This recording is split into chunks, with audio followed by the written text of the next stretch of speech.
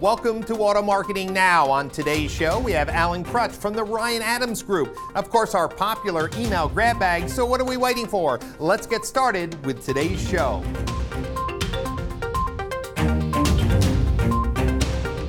You're watching Auto Marketing Now. Today's show is brought to you by CDK Global, evolving the automotive retail experience. I want to welcome to today's show Alan Krutsch with the Ryan Adams Group. Welcome today to the show. Good to be here, Brian. Well, you and I have known each other for a while. Long time. And you recently left retail to come with this new adventure with the Ryan Adams Group.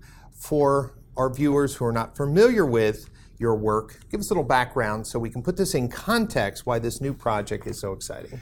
Well, Brian, I think you know that I've spent virtually all of my auto business career, nearly 20 years, sales, marketing, leadership roles.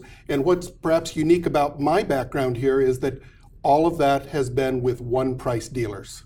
So that's probably the unique part of my experience. Great. And just for our guests today watching the show, where were those dealerships located? All in Minneapolis. Okay. In the Midwest, I work for Walzer Automotive Group. Great. And also Apple Autos, which is part of the Rydell organization. Great. So today we're going to talk about this topic of one price dealerships. And now I hate the word one price because to me it has some negative connotations, but more like market price, clear price, non-negotiation price. Upfront pricing. Right. Hassle-free sales experience. Right. Lots of ways to talk about it. So in context, there is a movement going on, and we see Lexus, right, is embracing a pilot within their stores to go to one price. Alan, why do you think now is the time that dealers should be considering a one price strategy?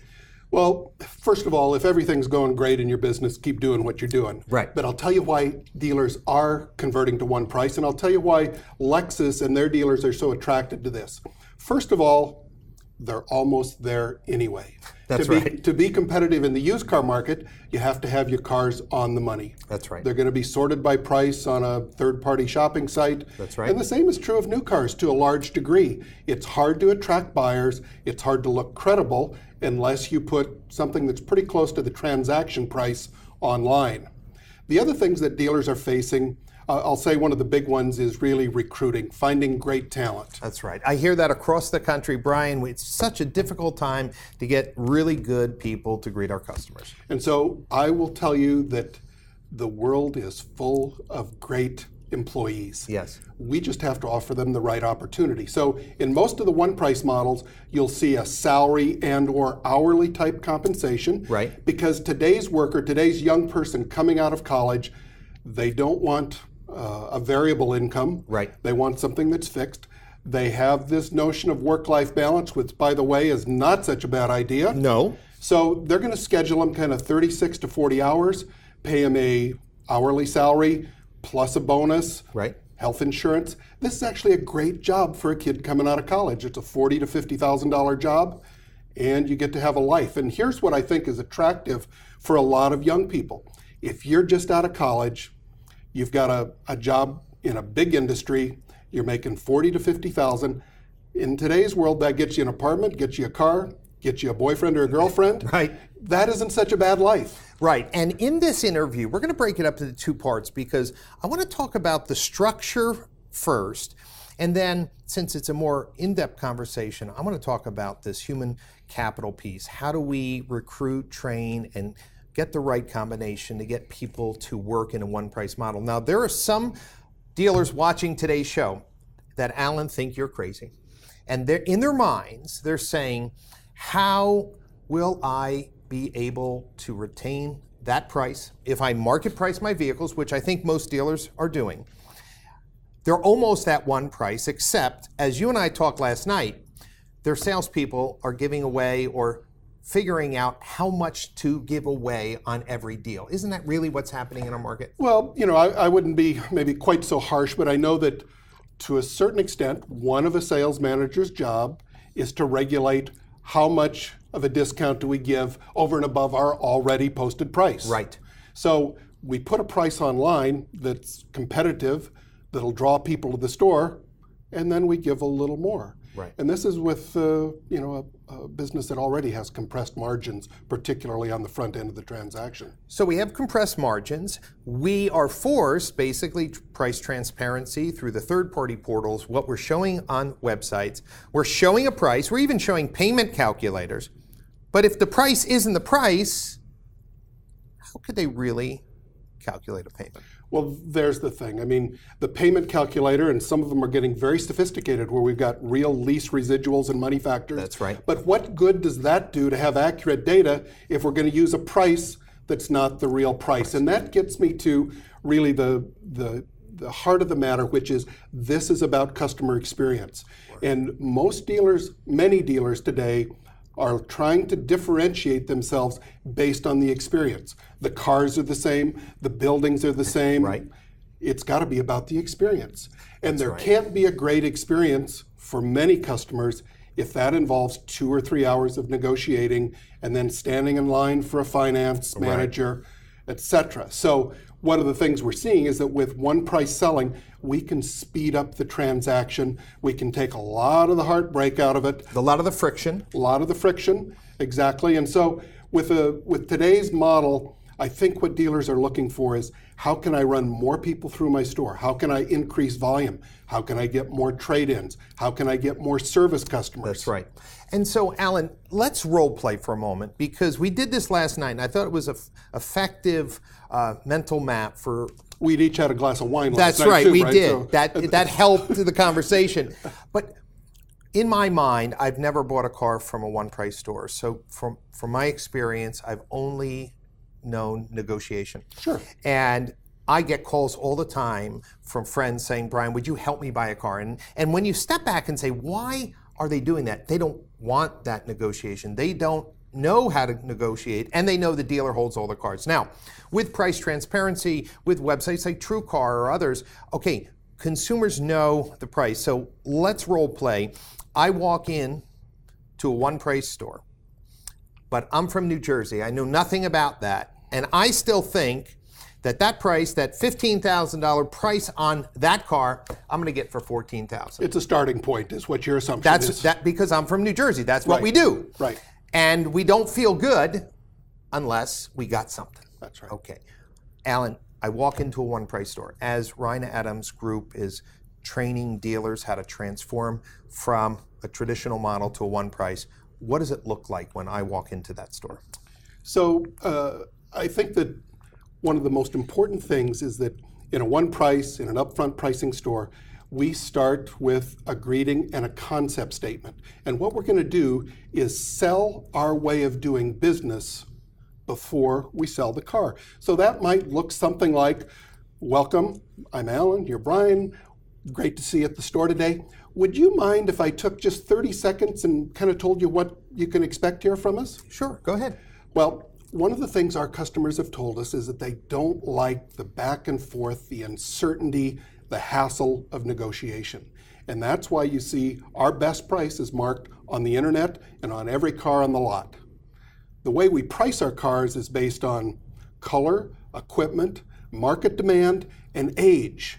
And so we've done most of this negotiating before you got here to put our very best foot forward. Because what customers ask us, and what they asked us when we were a negotiating dealer is, would you please just tell me what you'll sell the car for? So that's what we've done. And let me ask you this, Brian. Can you see yourself buying a car that way? I think it would be easy if the price was right. That's right. And they're all marked, so you can compare. You're in control. You get to make the decision. So what we've done is kind of taken the tough part out of this, and we're going to leave the fun part in, which is picking out your next car, test driving, maybe looking at the accessories that'll personalize it for you. Right. So what we've done in this concept statement is something very important. It isn't just as simple as, hey, we don't negotiate, hope you like our cars. Right. We've told them about a better way to do business, and then we've already started to close the sale by asking, can you see yourself buying a car this way? Yes. Now, there is a percent of the market that will say, no way. Right. You mean I'm not even going to get $50 off? Right. No, you're not. Okay. Well, I want to negotiate. Well, we already negotiated. It's just that you weren't here while we did it. My manager has got all of these priced so that we won't take a nickel less. Now, if you can't see yourself shopping that way, maybe we don't have much of a conversation. What one price dealers find is typically at this point, there's a sigh of relief. Right. And Alan, I'm going to tell you that I think that the timing with how we shop for everything today, price is the price. When I see a price on Amazon, I just make a decision and I buy it. This horse trading history, right, of coming up with a price for a product that, a consumer doesn't buy yet every 4 or 5 years, right? Yep. They have no context, they have no ability to negotiate. So we take that friction point out. But then, doesn't it also help with customer satisfaction that if we take the friction out, and whether or not the dealer does the F&I separately or enables the salesperson to do it, is what Lexus trying to do, is what the Walzers and the Apple Auto Group, the Rydell Group, all successful, profitable dealerships. I'm just seeing better CSI, better customer satisfaction. Yeah, of course, because not only are customers inexperienced at negotiating, a lot of our salespeople aren't that good at it either. Right. You got to read the personality type. And so you turn what's supposed to be a pretty fun thing. I'm getting my dream. I have dreamed of this car. And we're turning it into arm wrestling for 2 or 3 hours sometimes. And I think customers many times walk out thinking, I know they took some money off, but did I win or did I lose? That's right. Now, it's interesting when you look at the last driving sales research, it said that 99% of customers walking into a store expect a hassle. That's a shame. Right. And I think with, a more competitive environment, with compressed margins, with the difficulty to find new employees that want to work on commission and do the grind and do the hard negotiation, which may not be in this next generation's DNA. That's right. Dealers are pushing really the rope up the hill. Alan, before we break into part 2 and talk about the human resources, I want to talk about the time it takes to transform a dealership. There are dealers watching today's video saying, you know what, I've always wanted to do it. Now I have a consultancy group that can help really transform my organization. What type of timeline does it look like? Is it a 3-month process, 6 months process? Is it a year? How long does it take to change that culture? So Ryan Adams, we say that we guide dealers who are converting to one price. And I'm going to give you a specific answer, but I'd like to circle around for a minute. Sure. And ask those dealers, how long did it take you to get good at what you're doing now? And the answer is forever. That's right. We're always improving. So when we're making a conversion, I would say a good round number to use is 6 months. Okay, that's we do fair. a lot of preparation up front. Sure. And again, using that analogy of guiding, it's like going up Mount Everest, okay?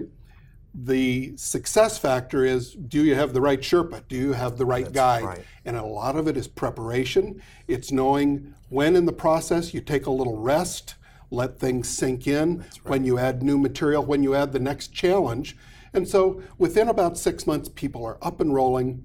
And then, like any sales process, like any business, whether it's your internal training people that are doing it, whether we come back for a refresher, you're always sharpening the saw. You're always getting a little better. You're always reacting to the marketplace. And even if you have a terrific HR strategy, you're going to have some new employees. So it's important to get them into the culture as well.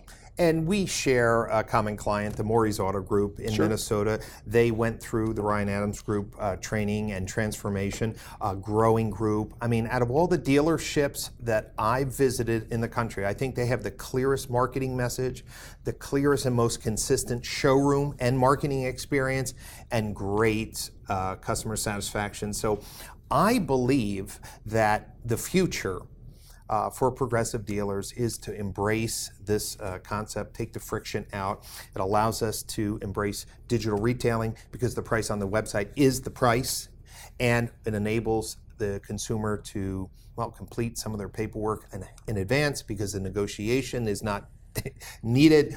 And then what we're going to talk about in part 2 is the human resources. Do we let the salespeople run their own F&I or not? But Alan, for people who want to learn more about the process, how would they get in touch with the Ryan Adams Group?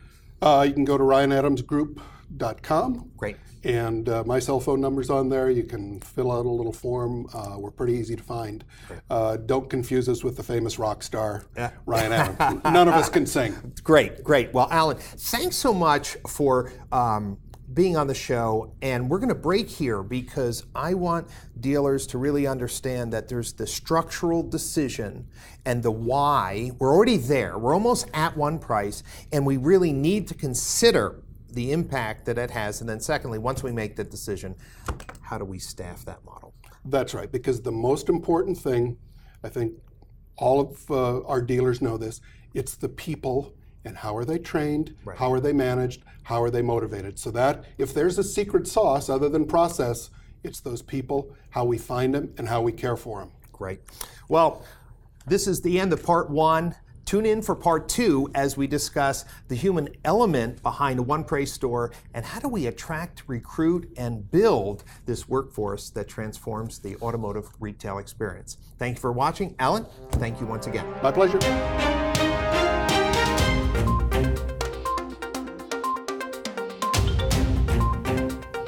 And now for today's email grab bag question.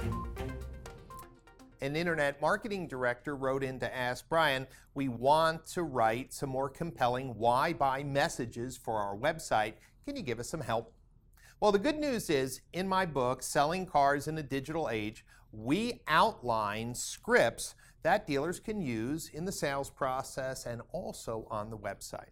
What's important about that value proposition video, it has to resonate with consumers. That's right.